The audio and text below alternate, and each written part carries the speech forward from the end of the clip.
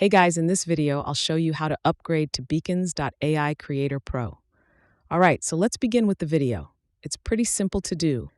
So first, you want to come to the home page here, and then go to the bottom left where you see your username. Then tap on where it says Account Settings. Then click on the left where it says Billing and Plans.